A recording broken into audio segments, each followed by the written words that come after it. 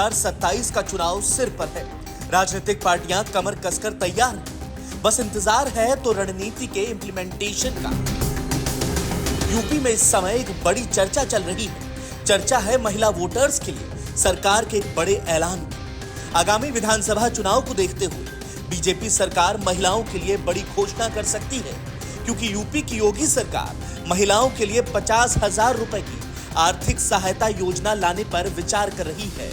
चुनाव से पहले महिलाओं को 20-20 हजार रुपए, उसके बाद बाकी की रकम उनके खाते में डाली जाएगी।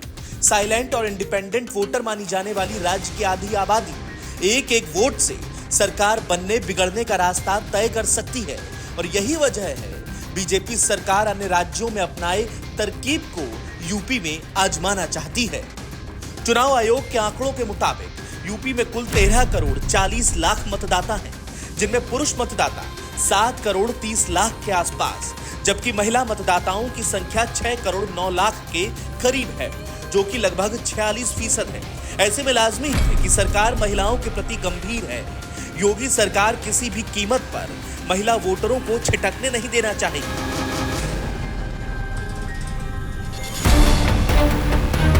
बीजेपी सरकार का सबसे बड़ा क्लेम सुरक्षा, लॉ एंड ऑर्डर है। यह दावा महिला सुरक्षा उनके घर से निकलने, उनकी शिक्षा, कामकाज के मौके से जोड़कर ही किया जाता है। कहीं ना कहीं महिलाओं के लिए भी लॉ एंड ऑर्डर बड़ा मुद्दा है। इस मुद्दे पर योगी आदित्यनाथ की छवि समाजवादी सरकार से बेहतर मानी जाती है। इसके साथ ही सरकार आर्थिक सहायता पर जोर देकर महिला वोट को पूरी तरह कंसोलिडेट कर लेना चाहती है। यदि हम पिछले 2-3 चुनावों में महिला वोटिंग पैटर्न को देखें तो महिलाओं ने पुरुषों से बढ़कर मतदान किया है। साल 2022 के चुनाव में जहां 62.24% महिलाओं ने वोट किया, तो वहीं 59.56% पुरुषों ने वोट किया था। 2017 के विधानसभा चुनाव में 63% महिलाएं वोट करने के लिए गईं, जबकि पुरुषों का वोट प्रतिशत 59% रहा, जो कि महिलाओं से कम था।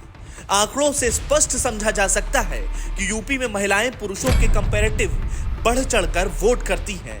सरकार बनाने में उनकी भूमिका पुरुषों से ज्यादा निर्णायक है। जब ये चर्चा शुरू हुई कि सरकार महिलाओं को 50,000 रुपए की आर्थिक सहायता देगी, अखिलेश यादव ने इस पर तीखी प्रतिक्रिया दी। अखिलेश ने अपने एक्स हैंडल पर पोस्ट करते हुए लिखा कि भाजपा के पास चुनाव जीतने के लिए पैसे के सिवा कुछ नहीं बचा। आज जिस 50,000 रुपए सालाना पैसे देने की बात भाजपा सरकार कर रही है, वो पैसे पिछले 10 साल में भी दिए जा सकते थे, पर दिया नहीं गया। 50,000 रुपए हर साल के हिसाब से भाजपा की भ्रष्ट सरकार पिछले 10 साल में महिलाओं के हिस्से का 5 लाख रुपया खा गई, और अब केवल 20,000 रुपए देने का जुमला परोस रही है। अखिलेश यादव का पोस्ट ये बताता है कि वो बीजेपी की मंशा पर पानी फेरना चाहते हैं, क्योंकि अखिलेश बखूबी जानते हैं कि ये प्रलोभन कई चुनाव में काम कर गया। चाहे बिहार विधानसभा चुनाव हो, महाराष्ट्र का चुनाव हो, या फिर मध्य प्रदेश, लाडली बहना से लेकर लाडली बहन योजना ने बीजेपी को सत्ता हासिल करने में मदद की। खास बात तो यह है कि यूपी के पिछले 2 विधानसभा चुनावों में बीजेपी ने महिलाओं के लिए कोई ऐसी बड़ी सीधी फ्रीबी योजना नहीं उतारी थी, जैसी दूसरे राज्यों में चुनावी राजनीति का हिस्सा बनी।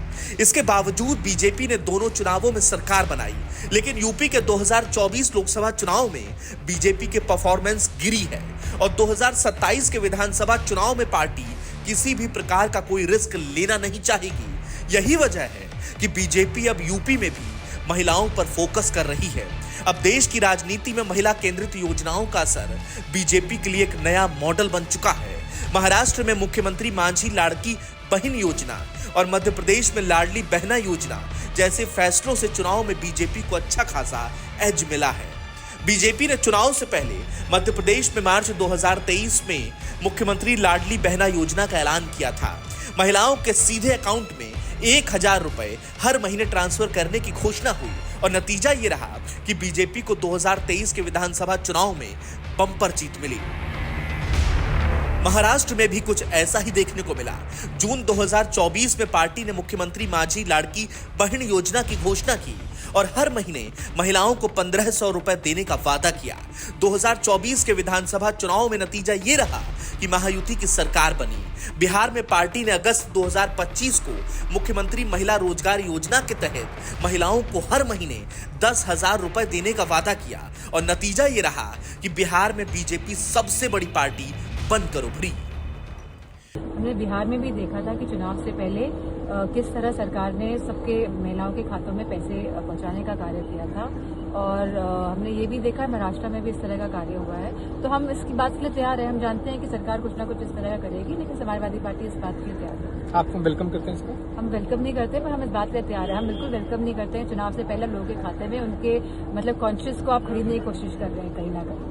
तो हम बिल्कुल इस बात में एग्री नहीं करते। सरकार को अपना कार्य करना चाहिए। पूरा आपने 10 साल तो भ्रष्टाचार कर दिया। जाने कितने हजारों लाखों करोड़ रुपए आप भारतीय जनता पार्टी करप्शन के माध्यम से आज सड़कों की हालत देख लीजिए, आज इंफ्रास्ट्रक्चर की हालत देख लीजिए, आज नौकरियां नहीं है बच्चों को, आज सरकारी नौकरी नहीं है, आज हमारे पीडीए जो है पिछड़ा दलितों को जो आरक्षण मिलना चाहिए वो आरक्षण नहीं है। तो मतलब इस तरह की जो घटनाएं घटी हैं पूरे उत्तर प्रदेश में, तो पूरा 10 साल का हिसाब किताब देना है भारतीय जनता पार्टी। यूपी के संदर्भ में देखें तो साल 2024 के लोकसभा चुनाव में सीटें खोने के बाद बीजेपी किसी भी तरह से चूकना नहीं चाहती। इस चुनाव ने एक तरफ जहां अखिलेश राहुल की जोड़ी का मनोबल बढ़ा दिया, तो वहीं बीजेपी पहले से ज्यादा सतर्क दिख रही है। जेनजी आंदोलन ने जिस तरह केंद्र सरकार के टेंशन को बढ़ाया है, लखनऊ की सत्ता भी इस पर नजर बनाए हुए है। लेकिन यदि सरकार महिलाओं को आर्थिक सहायता देने में सफल हो जाती है तो चुनावी माहौल बदलता दिख सकता है। हालांकि यूपी में यह पहली बार होगा जब सरकार इस कदर महिलाओं पर जोर दे रही है।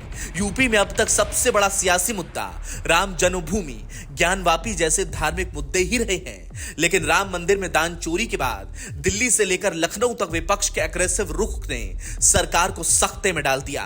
कुल मिलाकर इन दिनों में यूपी के 2027 विधानसभा चुनाव में महिला फैक्टर बहुत बड़ा रोल प्ले करने वाला है और इस फैक्टर को अपने पाले में करने के लिए यूपी की दो सबसे बड़ी पार्टियां मंथन करने में जुट गई हैं और बीजेपी ने कई राज्यों में महिला केंद्रित योजनाओं के सहारे जीत का परचम लहराया है और अब पार्टी हिंदुत्व के नैरेटिव के साथ महिलाओं पर भी अपना फोकस बढ़ा रही है, क्योंकि अयोध्या में मिली हार के बाद पार्टी ये बात समझ गई है कि सिर्फ हिंदुत्व के सहारे 2027 का चुनाव नहीं जीता जा सकता और विधानसभा चुनाव में अपनी अहम भूमिका निभाने वाली महिलाओं को भी अपने पाले में लाने की जरूरत है, जिससे कि यूपी में हैट्रिक लगाना आसान हो सके। Bureau report, news leader.